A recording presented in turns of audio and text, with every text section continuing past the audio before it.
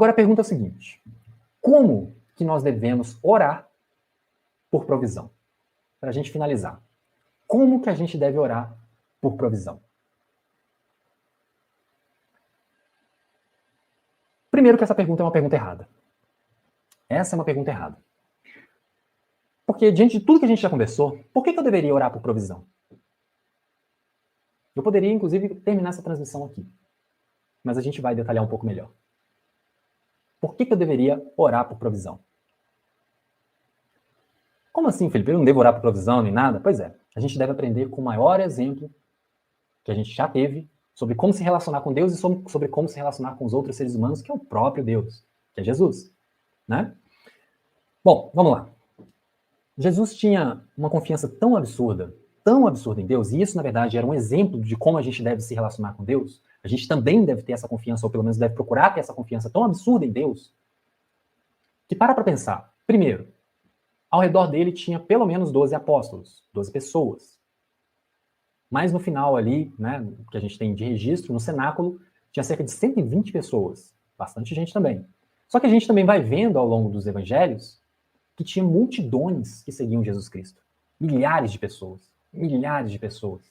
Seja para ouvir a mensagem, seja para, depois de alguns milagres feitos, né, por cura, por libertação, por alimento, por que não?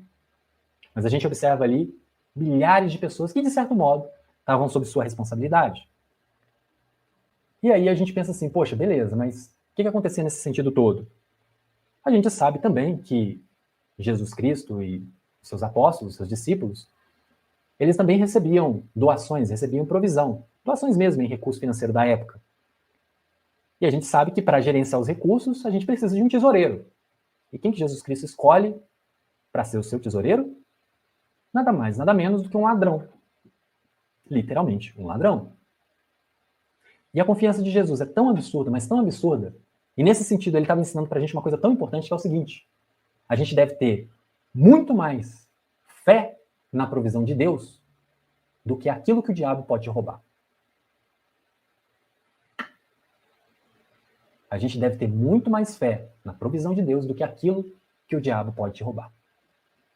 E aí tem um versículo específico, em Romanos, capítulo 14, 23, que diz o seguinte, que tudo que não provém de fé é pecado. Tudo que não provém de fé é pecado. Então, quando a gente ora por provisão, como é que a gente ora? A gente ora, geralmente, com incredulidade, com dúvida no nosso coração, sem fé. E isso é muito sério. E isso é muito sério, porque a fé é o primeiro de tudo. A fé é o primeiro de tudo. Nos resta fé, nos resta esperança e nos resta o amor. Só que a fé vem em primeiro lugar. A fé vem em primeiro lugar. Por exemplo, digamos que você tem um filho. E aí o seu filho chega à noite, uma determinada noite, e fala assim: papai, papai, papai, não esquece que amanhã eu preciso de ter café da manhã. Lembre de ter pão, lembre de ter o alimento ali durante a manhã para que eu possa me alimentar, para que eu possa ir para a escola sem fome. Papai, papai, papai, não esquece disso, por favor. Coloca o alimento ali para que eu possa realmente estar nutrido, para que eu não tenha fome ao longo do dia, ou então enquanto eu estiver na escola. Qualquer pai normal falaria para o seu filho assim: meu filho, vai dormir. Pode ficar tranquilo, pode ficar em paz. Você vai ter o seu alimento, você vai ter o seu café da manhã. Não é verdade? Provavelmente você faria isso, né? Provavelmente você faria isso. Só que a forma como geralmente a gente ora por provisão é com base em um coração incrédulo. É com base em um coração em que a gente está tentando convencer a Deus a nos dar as coisas. Só que deixa eu te falar uma coisa, que eu falei lá no início da transmissão.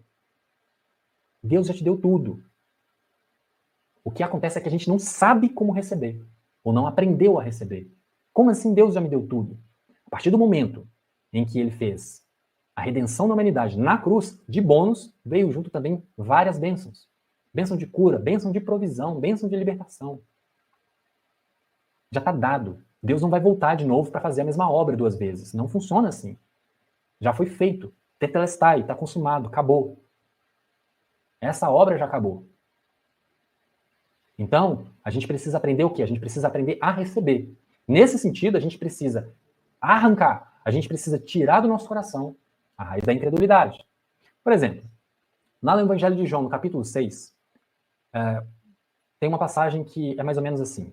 Jesus Cristo estava com seus discípulos, estava ensinando, né, para uma multidão. E aí, em determinado momento, Jesus Cristo olha para aquela multidão e fala assim, poxa, esse pessoal está com tanto tempo aqui, tem que dispensar esse pessoal, mandar eles embora, mas não pode mandar eles embora sem comer, né? Porque senão vai cair no meio do caminho, enfim, vai passar mal. E aí, ele chega perto dos seus discípulos e fala assim, ó, vem cá, gente, vem cá. Ajoelha todo mundo aí. Ajoelha todo mundo aí, vamos orar. Pai, muito obrigado, Senhor, por esse momento. Você sabe que tem aqui 5.000 homens, além das suas mulheres, dos seus filhos. Não se esqueça de nós precisamos da sua provisão. Lembre-se de nós nesse momento. Em nome de Jesus, nós cremos. Amém. E aí Jesus Cristo abre os olhos, olha para um lado, olha para o outro, e nada aconteceu. Aí ele fala assim, foi você, né, Tomé? Você que não acreditou o suficiente. E você, Pedro? Você ficou orando com os olhos abertos? Pô, Pedro. Não, vamos lá de novo. Aí ajoelha todo mundo. Aí ajoelha e Jesus Cristo fala assim, Pai, muito obrigado. Aqui tem 5.000 homens, além de suas mulheres e suas crianças. E nós vamos precisar da sua provisão. E disso vai oração, disso vai jejum, e etc. Foi isso que aconteceu? Não, absolutamente não foi isso que aconteceu. Lá no capítulo 6 do Evangelho de João, segundo João, o que Jesus Cristo fez? Ele perguntou, né, viu ali que tinha uma criança, um garoto, com 5 pães e 2 peixes. Provavelmente era uma refeição pequena, porque a gente está falando de uma criança. E aí, a partir disso, ele pegou aqueles 5 pães e 2 peixes, olhou para o céu e agradeceu. Obrigado. Entregou para os seus discípulos e a gente sabe o restante da história. Alimentou-se aí 5.000 homens, além de suas mulheres e as crianças. E ainda sobrou comida. Como é que isso aconteceu? O que ele estava ensinando ali? O que Jesus Cristo estava ensinando? Ele estava ensinando justamente sobre a fé que toma posse.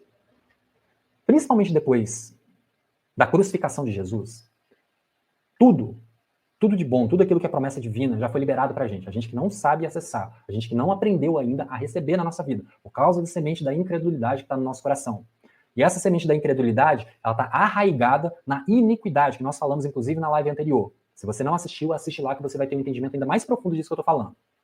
Então, por causa dessa semente de incredulidade, a gente não consegue receber, porque a gente não acredita naquilo que Deus já fez pra gente. Isso é muito sério. Sem fé é impossível agradar a Deus. Inclusive, é impossível andar com Ele.